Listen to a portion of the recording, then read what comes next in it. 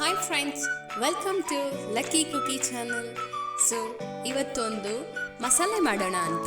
So cabbage masala, ಇದು ಚಪಾತಿ ಜೊತೆಗೆ, rice ಜೊತೆಗೆ, ಪೂರಿ ಜೊತೆಗೆ ತಿನ್ನೋಕ್ಕೆ ತುಂಬ ಚೆನ್ನಾಗಿರುತ್ತೆ. ಗ್ರೇವಿ ಅನ್ಬೋದು, ಮಸಾಲ ಸಾಂಬಾರು ಅನ್ಬೋದು. ಬನ್ನಿ ಹಾಗಾದರೆ ಮಸಾಲ ಗ್ರೇವಿ ಅಥವಾ ಸಾಂಬಾರು ಮಾಡೋದು ಹೇಗೆ ಅಂತ ನೋಡೋಣ. ಮೊದಲಿಗೆ ಗ್ರೇವಿಗೆ ಮಸಾಲ ರುಬ್ಕೊಳ್ಬೇಕು.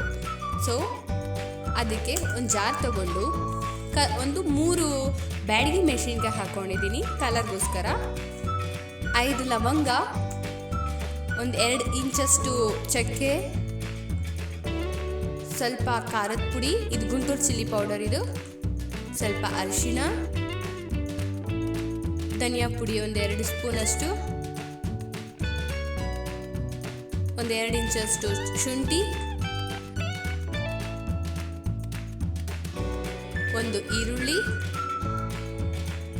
ಒಂದು 3 ಮೀಡಿಯಮ್ ಸೈಜಷ್ಟು ಟೊಮೊಟೊ ಕಟ್ ಮಾಡಿ ಹಾಕ್ಕೊಂಡಿದ್ದೀನಿ ದೊಡ್ಡದಾಗಿ, ಸ್ವಲ್ಪ ಪುದೀನ, ಆಮೇಲೆ ಒಂದು ಅರ್ಧ ಹೋಳಷ್ಟು ತೆಂಗಿನಕಾಯಿ, ಹಸಿ ತೆಂಗಿನಕಾಯಿನ ಸಣ್ಣ ಸಣ್ಣ ಕಟ್ ಮಾಡಿ ಹಾಕ್ಕೊಂಡಿದ್ದೀನಿ. ಈಗ ಒಂದು ಸ್ವಲ್ಪ ಕಲ್ಲುಪ್ಪು. ಕೊನೆಯದಾಗಿ ಈ ಸಾಂಬಾರು ಸ್ವಲ್ಪ ಗಟ್ಟಿ ಬರಬೇಕಂದ್ರೆ ನಾವು ಇಲ್ಲಿ ಕಡಲೆ ಪಪ್ಪು ಅಂತೀವಲ್ಲ, ಅದನ್ನು ಒಂದು ಟೇಬಲ್ ಸ್ಪೂನ್ ಅಷ್ಟು ಹಾಕ್ಕೊಳ್ಳಿ. ಇಷ್ಟನ್ನು ಹಾಕ್ಕೊಂಡು ಸ್ವಲ್ಪ ನೀರು ಹಾಕ್ಕೊಂಡು ಚೆನ್ನಾಗಿ ಗ್ರೈಂಡ್ ಮಾಡಿ. ಸ್ವಲ್ಪ ನುಣ್ಣ ಹಾಕಬೇಕು, ಟೇಸ್ಟ್ ತುಂಬ ಚೆನ್ನಾಗಿರುತ್ತೆ ನುಣ್ಣಗಾದರೆ. ಈಗ ಒಂದು ಕುಕ್ಕರ್ ತಗೊಂಡು ಸ್ವಲ್ಪ ಎಣ್ಣೆ ಹಾಕ್ಕೊಳ್ಳಿ. ಎಣ್ಣೆ ಕಾದ್ಮೇಲೆ ಒಂದು ಈರುಳ್ಳಿ,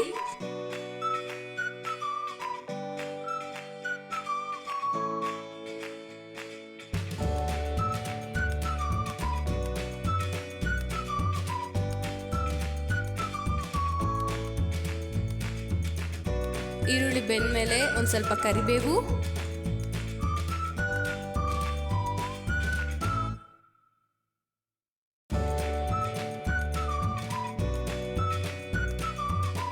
ಇವಾಗ ಇದು ಕಡಲೆಬೇಳೆ, ಇದು ಒಂದು 2 ಟೇಬಲ್ ಸ್ಪೂನ್ ಅಷ್ಟು ತಗೊಂಡಿದ್ದೀನಿ.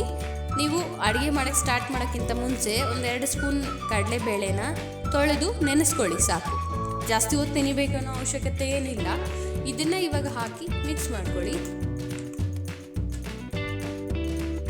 ಒಂದು 2 ನಿಮಿಷ ಮಿಕ್ಸ್ ಮಾಡ್ಕೊಂಡು ಬೇಯಿಸ್ಕೊಳ್ಳಿ. ಇವಾಗ ಕ್ಯಾಬೇಜ್ನ ಒಂದು ಅರ್ಧ ಕೆಜಿ ತೊಗೊಂಡಿದ್ದೀನಿ ಇಲ್ಲಿ. ಅದನ್ನು ಸಣ್ಣ ಸಣ್ಣ ಕಟ್ ಮಾಡಿ ಚೆನ್ನಾಗಿ ತೊಳೆದಿರೋ ಕ್ಯಾಬೇಜು ಇವಾಗ ಇಲ್ಲಿ ಹಾಕಿ ಚೆನ್ನಾಗಿ ಮಿಕ್ಸ್ ಮಾಡ್ಕೊಳ್ತಾ ಇದ್ದೀನಿ.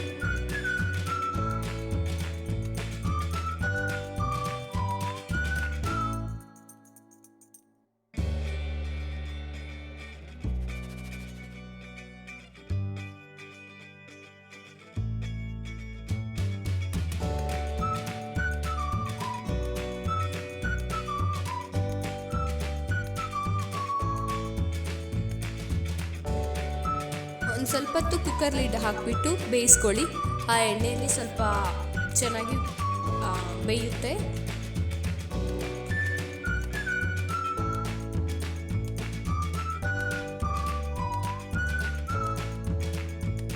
ಈ ಟೈಮಲ್ಲಿ ನಾವು ರುಬ್ಬಿರೋ ಮಸಾಲೆನ ಹಾಕ್ಕೋಬೇಕು. ಮತ್ತು ಜಾರಲ್ಲಿ ಮಸಾಲೆ ಇರುತ್ತಲ್ಲ, ಅದಕ್ಕೊಂಚೂರು ನೀರು ಹಾಕ್ಕೊಳ್ಳಿ ಮತ್ತು ಮಿಕ್ಸ್ ಮಾಡ್ಕೊಳ್ಳಿ. ತುಂಬ ಗಟ್ಟಿ ಅಂದಲ್ಲಿ ಇನ್ನೊಂದು ಸ್ವಲ್ಪ ನೀರು ಆ್ಯಡ್ ಮಾಡಿಕೊಂಡು ಮಿಕ್ಸ್ ಮಾಡಿ.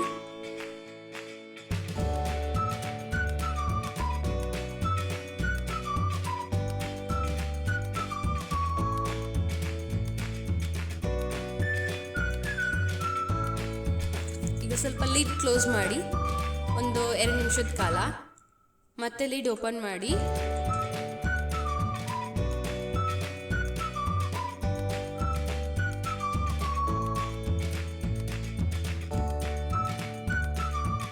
ನೋಡಿ ನೀರು ಸಾಕಾಗುತ್ತಾ ಇಲ್ಲ ಅಂತ. ತುಂಬ ಗಟ್ಟಿ ಇದ್ದಲ್ಲಿ ಬೇಕಾದರೆ ನೀರು ಆ್ಯಡ್ ಮಾಡ್ಕೊಳ್ಳಿ. ಆ್ಯಡ್ ಮಾಡಿಕೊಂಡು ಸಾಲ್ಟು ಅಡ್ಜಸ್ಟ್ ಮಾಡಿಕೊಂಡು ಈಗ ಇದನ್ನು ಕ್ಲೋಸ್ ಮಾಡಿ ಒಂದು 3-4 ವಿಷಲ್ ಇಟ್ಕೊಂಡ್ರೆ ಸಾಕಾಗುತ್ತೆ. ಏಕೆಂದರೆ ಕಡಲೆಬೇಳೆ ಸ್ವಲ್ಪ ಬೇಯಬೇಕಾಗುತ್ತಲ್ವಾ. ಸೊ ಅದಕ್ಕೆ ತೀರಾ ನುಣ್ಣಗಾಗೋ ಅವಶ್ಯಕತೆ ಏನಿಲ್ಲ. 3 ವಿಷಲಿಂದ 4 ವಿಷಲ್ ಇಟ್ಕೊಳ್ಳಿ, ಚೆನ್ನಾಗಾಗಿರುತ್ತೆ.